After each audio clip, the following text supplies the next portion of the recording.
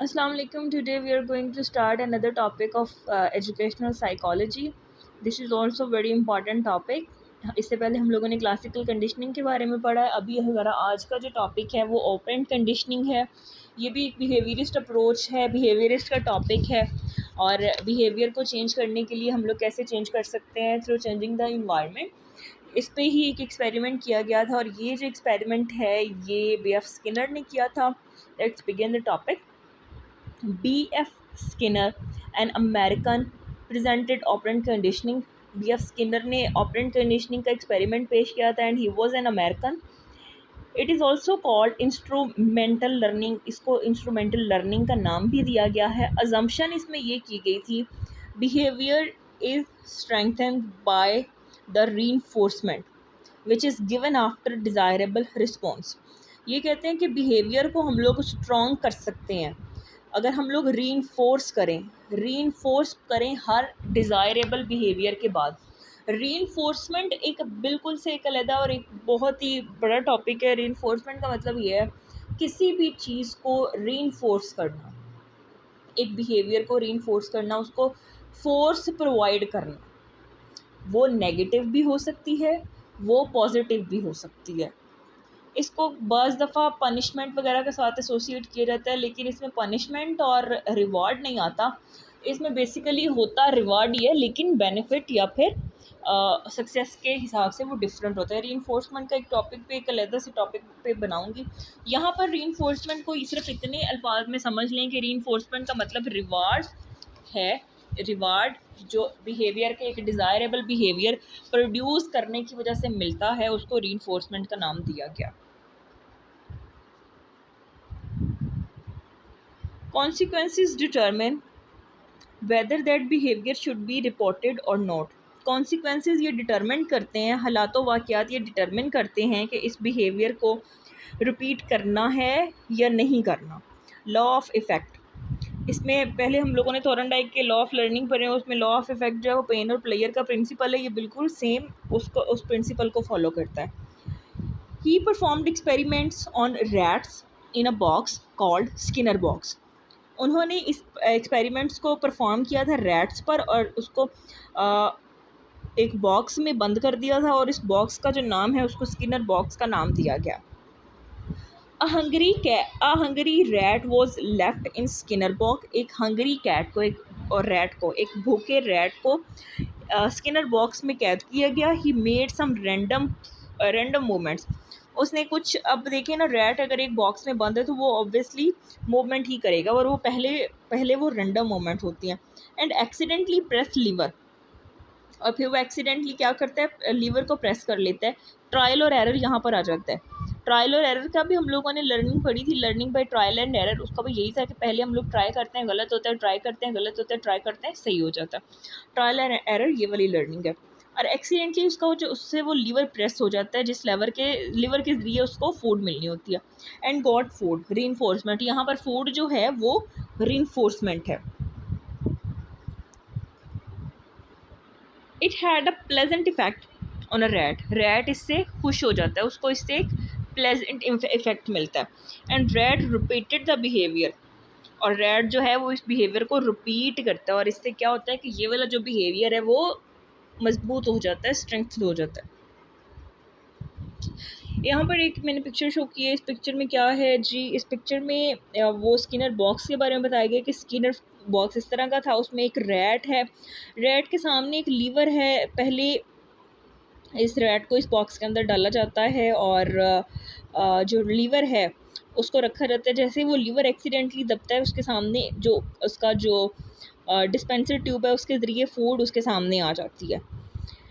Rat भूखा होता है. फर्स्ट ऑफ ऑल तो वो रैंडम मूवमेंट करता है. रैंडम मूवमेंट करने से एक्सीडेंटली उसका जो फीट वट एवर उसका वो लीवर पे आ जाता है. लीवर को दबने की वजह से फूड जो है वो रीइंफोर्समेंट जिसको नाम दिया गया वो उसके सामने आ जाती है. ये वाला जो बिहेवियर है ये इस रैट को अच्छा लगता है.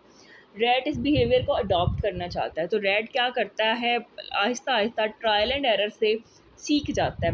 पहले तो उसको एक्सीडेंटली ये मूवमेंट हुई थी, उसको पता नहीं होता, फिर वो कुछ और मूवमेंट करता है और फूड के लिए. फिर गलती से लीवर दबता है, फिर Aahista Aahista trial and error से पहली गलती होती है, फिर गलती होती है, फिर वो सीख जाता है कि जब भी मैं इस लीवर के पास आता हूँ तो मुझे ये फूड प्रोवाइड कर दी जाती है, तो वो उसका जो बिहेवियर है वो चेंज हो जाता है। ओके, इसके कुछ की टर्म्स हैं वो पढ़ लेते हैं जी। Positive reinforcement, reward is given after the desirable behaviour is performed. Reward मिलता है हर डिज़ायरेबल बिहेवियर के बदले में। जैसे जो स्किनर था वो चाहता था कि जो रैट है वो उस लीवर को दबाए और उसके बदले में उसको फूड मिलेगी, तो उसका डिज़ायरेबल बिहेवियर जब पूरा हो जाता था तो उसको रिवार्ड के तौर पर फूड दी जाती थी। इट इंक्रीज डिज़ायरेबल बिहेवियर, और रीइंफोर्समेंट से डिज़ायरेबल बिहेवियर इंक्रीज होता है, क्योंकि स्किनर ये चाहता था कि रैट जो है वो उस लीवर को दबाए। जैसे जैसे रैट जो लीवर को दबाया था उसको फूड मिलती थी रीइंफोर्समेंट के जरिए, और ये जो परफॉर्म डिज़ायरेबल बिहेवियर जो है वो इंक्रीज होता जाता है। नेगेटिव रीइंफोर्समेंट जो है, reward is taken back to strength the desirable behaviour. It is penalty on not doing something good.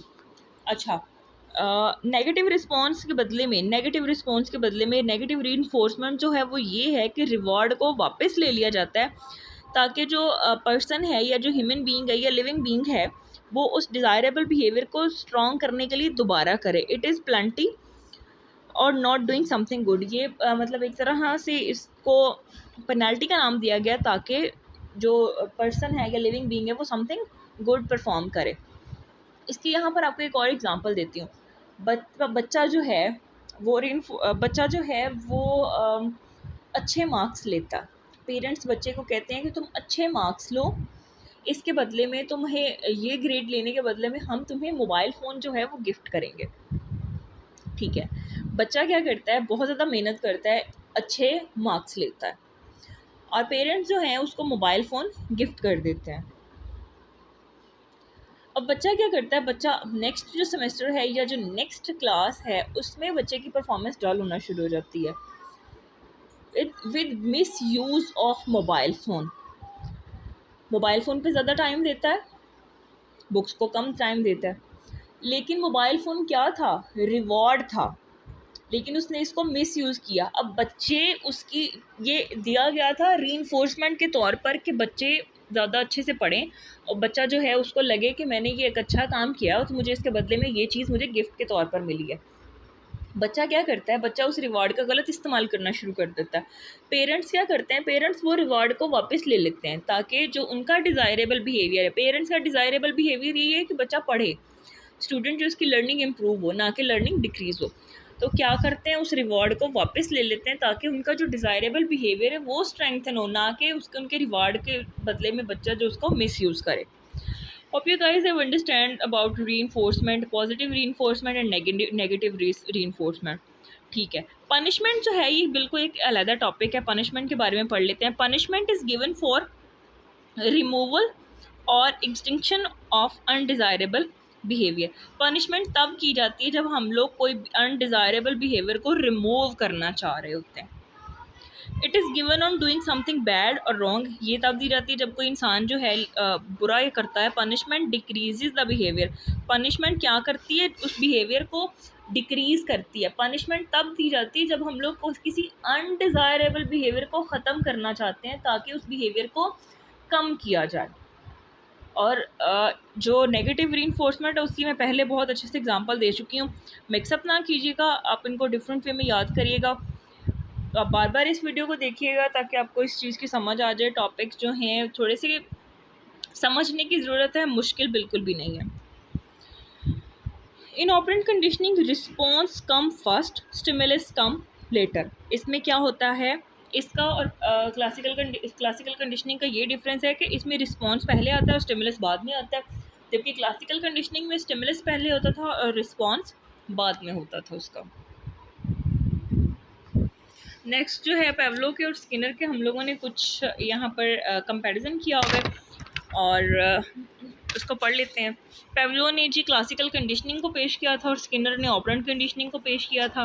Presented by पेवलो, classical conditioning जो है